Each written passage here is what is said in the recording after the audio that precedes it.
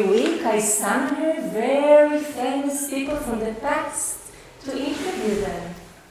And today I'm going to summon a very interesting person. But before we do that, everybody remembers our very luxurious interview with the famous Napoleon? Yes. Whoa, such an interesting man, such a cute little person. However, well, I didn't really manage to send him back in time, and now he's in a madhouse. Well, I was much more successful with Cleopatra. Oh, everybody loved Cleopatra. Such a beautiful body, such a nice figure, such a nice voice. Well, unfortunately, she didn't speak a word in English. That is why today my research team has worked very hard to make sure that the person that comes today definitely speaks English. And of course she does. She's coming from 300 years ago, from London, England. I really want to tell you who she is now. But before we do that, I have a very interesting question to ask you. Well, how many of you remember this book, Gulliver Travels? Well, everybody thinks that the person who wrote this book was Mr. Gulliver. But what I discovered is that the person who wrote this book is no other than his wife, Mrs. Gulliver. Oh yeah, my guest of honor today is Mrs. Gulliver. Well, I will summon her here with my special powers so you can see her in the flesh and blood. Are you ready? Yes. So please put your hands together for Mrs. Gulliver!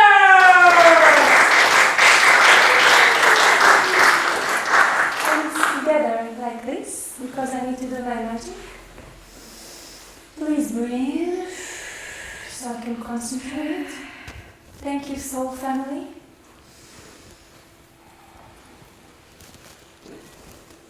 With the powers invested in me, I am now summoning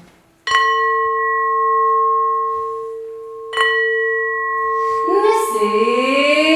Gulliver!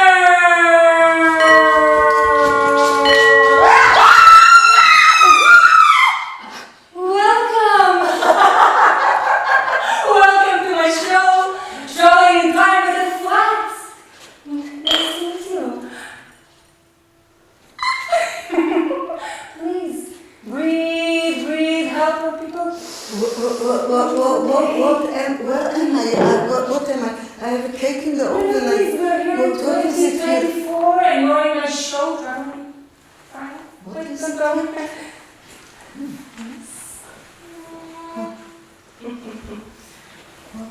Ooh.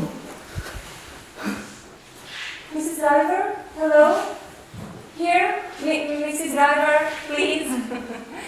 Here.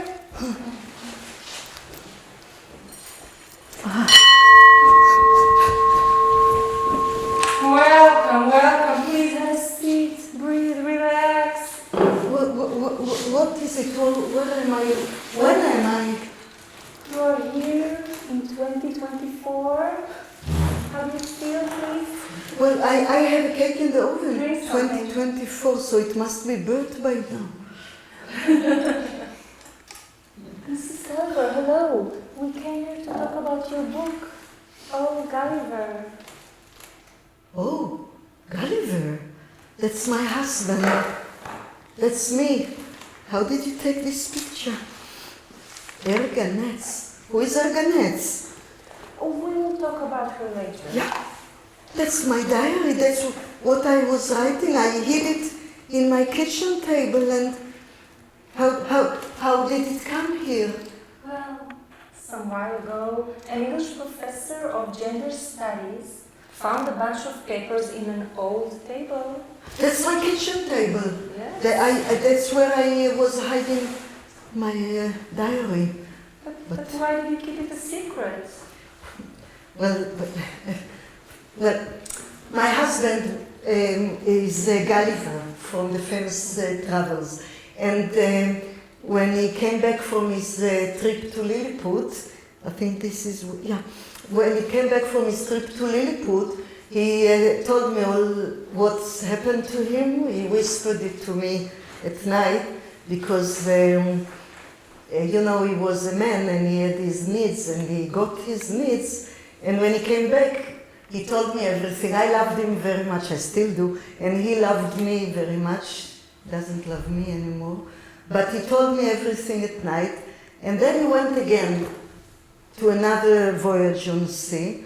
And I've missed him so much. So at night I was writing all what he whispered to me at night. And it made me feel so happy and satisfied.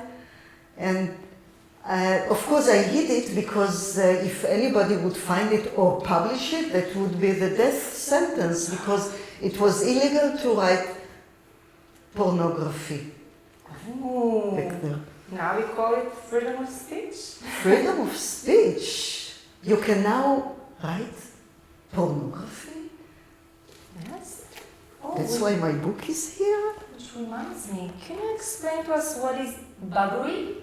Buggery. Everybody knows what's buggery. Buggery is when men make love to a man. I don't know what's wrong with it, but somehow it is called buggery. Today we call it homosexuality. Homosexuality sounds much better than buggery. I think freedom of speech is a good thing. Maybe I stay here. It's nice. Have a seat. Also, we have LGBT, you know? LGBT, I don't know this word. LGBT. Lesbian, woman making love with woman. Gay, men making love with men. Asexual, men and women who are also women and men. And transgender, men who are women and men who were men. LGBT. That's freedom of speech for you. Okay. Oh, I have a question for you. Your memoir was discovered a few years ago by an English professor of gender studies. And do you know that? No, but no. She found it in my kitchen table, the papers that I wrote and all the drawings that I made and the advertisements from the newspaper that I collected. So do you know about the gender studies? Gender studies. Yeah. What is gender studies? Oh, let me explain for you. Yes, the studies of the place of women in our society. You mean women have a place in your society? Yeah. Wow. In my society, women belong to their fathers, and then when they get married, they belong to their husbands. Maybe I stay here. I come and join you. Oh, please, Mrs. Gulliver, please relax. Thank you. Breathe. So, my research team is also telling me there was also something about you saving the Lilliputians in London. Can you please tell us the story? Yeah, it was in my diary, it's also in this book. I'm very proud of it because it was very courageous of me to do it. Well, what happened was that the captain that saved my husband from the Lilliputians when my husband escaped from Lilliput, he insisted, he wanted to convince Gulliver to go back with him to Lilliput and steal Lilliputians and bring them to England and show them in fairs. And we were so much against it, we kicked him out, we didn't agree to do it. And then Gulliver went to another voyage. By now I know it was to the land of the giants. But then one evening, the captain came to my home. He put a box on my kitchen table, and I look inside, and it's little Lilliputians. They were so miserable. They were after a sea travel and hungry and miserable. And he told me, tell them that I want them to sing and dance. He knew that I speak Lilliputian because my husband taught me Lilliputian when he came back from Lilliput. And whenever we didn't want the children to understand what we are talking about, we were talking among ourselves in Lilliputian. So the captain said, tell them, they have to sing for me and dance for me. And I said to them, he wants you to sing and dance for him.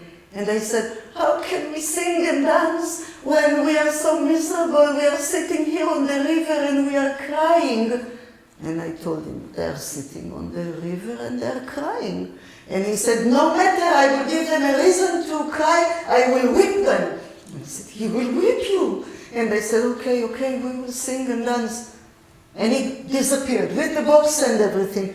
And then I saw an advertisement in the London Gazette that there are Lilliputians performing in Sadler's Wells in the theatre. Sadler's Wells? Sadler's Wells, you know it? In London. Wow, it still exists, my goodness. Please tell us more. Yeah, so I went there. I decided I'm going to rescue them, these poor creatures. So I went and I saw the captain. So I told him, maybe we can make love tonight. And he said, yes, of course. And I said, you know what, let's go together. He wanted to show the Lilliputians to the queen. I said, I come with you. So he went on his horse and I went on my horse. And then I gave him lots of wine. He was totally drunk. And then I saw a lake and an island and a boat. And I said, that's my chance. And I told him, why don't we make love now? And he said, yes. He got off his horse. And then he was totally drunk. He fell asleep immediately. And then I went and I took the books and I brought the Lilliputians to the boat. And I rowed the boat to the island and I left them there and I said, adieu, farewell, you will succeed, you will survive. And I went back and I never saw them or him again. Are they still in London, the Lilliputians? I don't know. 2024. Applause for Mrs. Gulliver. I was very brave. It was really. As you can see, I think I stay here. as you can see, there are some footnotes in your book. So Erganetz asked an anonymous professor to explain in the book many things that are important and that we don't understand. What is there not to understand? It's very clear. For example, what is a flint? Flint? Flint is how we made fire. This is how we made light. Today, we just switch on the light. Switch on the light? Yes. What do you mean? I need explanation. I need a footnote for that. Like this.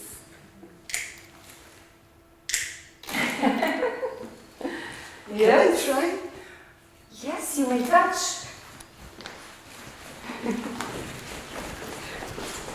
Just be careful.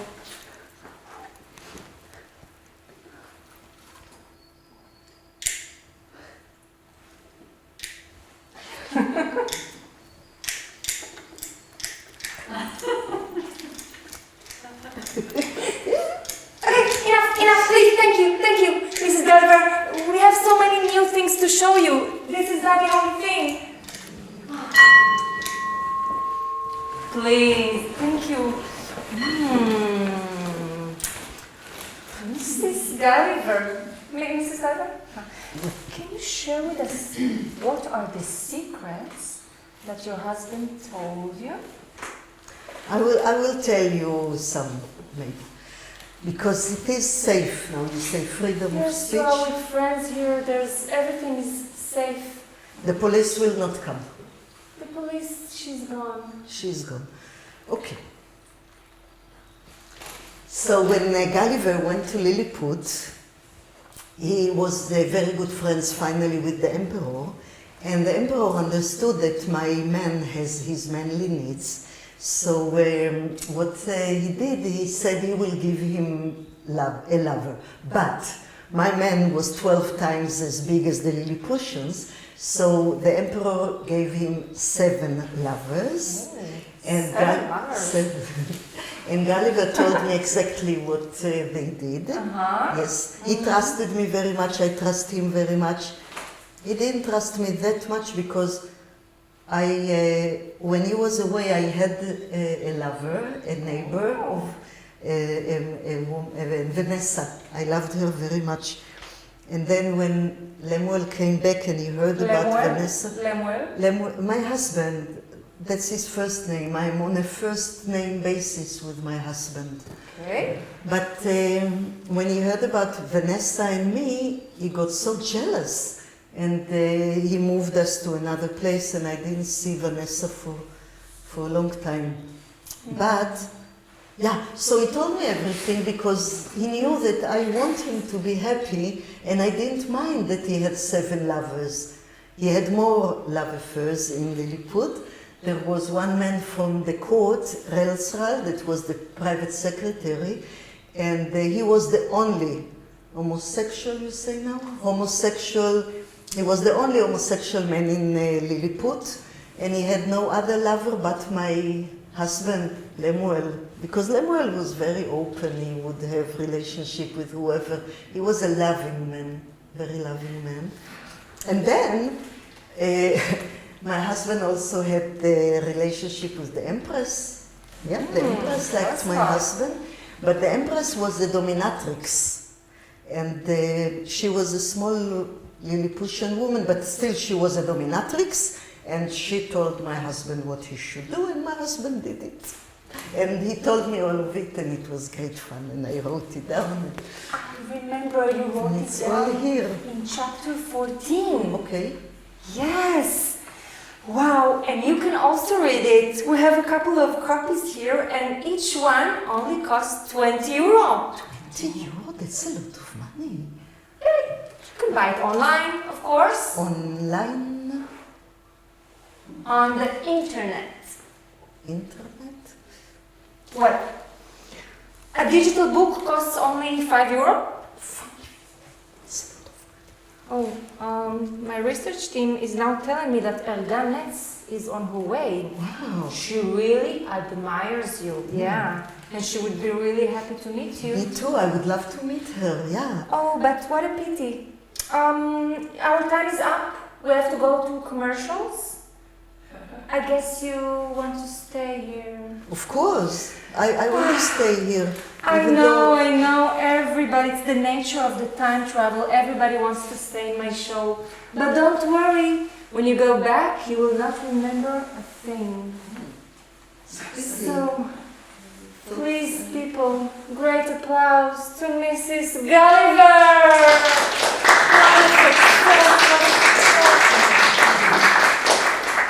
So, thank you.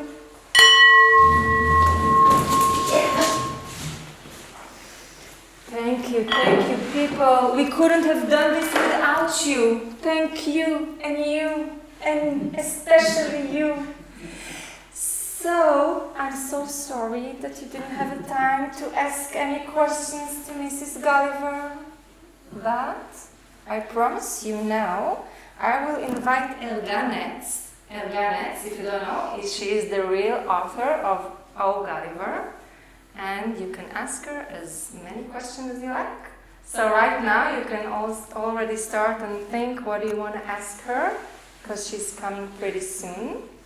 Oh, and under your seats you have flyers with QR code with a link to the website. Great! So without further ado, let me check. I'm going to invite in 3, 2, 1, Erganetz.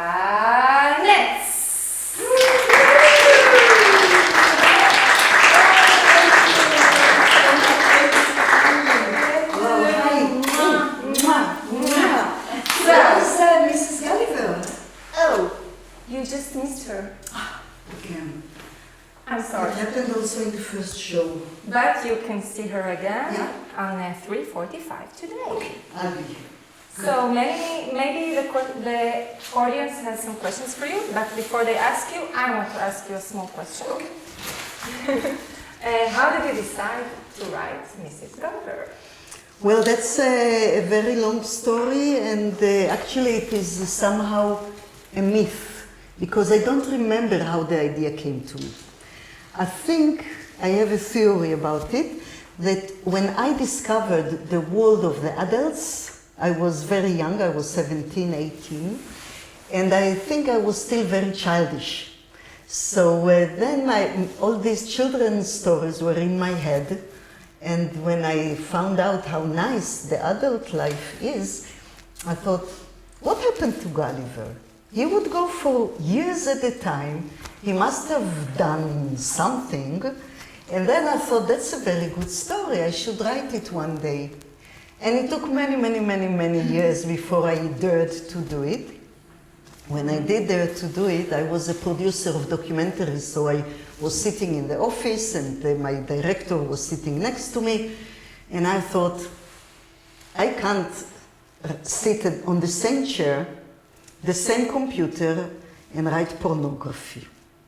So I asked friends of ours who had a beautiful house in Belgium to invite me over, and driving from Amsterdam to Belgium, the concept of the story came to me. So it's not going to be the new memories of Gulliver. It will be what he told her, and then she would hide it, and then it would be found, because then it would give me the possibility to put lots of these footnotes, which are also satirical and very strong comments about the world in which we live. And this is how it came about. And why do you decide to dress as Mrs. Gulliver every time you talk about the book? Well, when I was writing the book, I had this vision that I will be invited to London to sign a book contract. It didn't happen. The book is published in America. But then I thought, whatever event, when I go to sign this book contract, I will go dressed as Mrs. Gulliver. And then I thought, every event that I will have that has to do with the book, I will do dressed as Mrs. Gulliver. Whether it's an Oprah Winfrey show or a radio program, I will be Mrs. Gulliver. Yeah. And then I was in an author's residency in upstate New York, and we were invited to read from what we were writing, and I thought, if I don't do it now, I will never do it. So I went and rented this beautiful dress and this beautiful wig and all the paraphernalia, and I was reading dressed as Mrs. Gulliver, and it was indeed great fun. So now I have my own dress, I don't have to rent it, and I did a few presentations of Mrs. Gulliver. For example, I did the presentation when she is explaining that the Lilliputians were actually speaking Hebrew originally, because they were from the lost tribes. I don't know how many of you are familiar with the Jewish tradition or with the tribes of the Jewish people. There is one tribe called Naphtali, and this is the tribe that went to this island, and during the years the name Naphtali became Lilliput, and then they forgot the Naphtha and only Lilliput remained. And then I have a whole theory about the language where the word the Lilliputian comes from, actually Hebrew. Okay, thank you. So, anyone wants to ask Erganet some question? Feel free or not. Okay. How long did it take you to finalize the book? A long time, because I considered myself a documentary producer, not an author. And actually, in the beginning, I wasn't even sure that I need to do it. So, and I had very good contacts with some very good editors, thanks to the director with whom I worked. And one of them was the agent of Dan Brown, the Da Vinci Code. So I sent her the first 40, 50 pages, and she called me back by phone with a very positive rejection. She said, well, in America, I don't know if it would be published. Maybe you should try France. So indeed, it took me many years to decide to start writing it, and then I wrote it gradually in between projects, And finally, I went to a few residencies to finish it. And now I'm busy with the second book out of 5. It's a series of 5 books, because Gulliver had 4 travels, and the 5th book will be my journey with Mrs. Gulliver, my own autobiography. Okay. Anyone else wants to ask something? Okay, so thank you everyone. And Thank you very much. Thank you, Efrat Peled, for hosting me in your show. Sure, anytime. Both of us. Yes. So if we finish now, if you want to speak with Elga or just I will sign look the at the book or sign the book. So we are here. Thank you very much. Yay.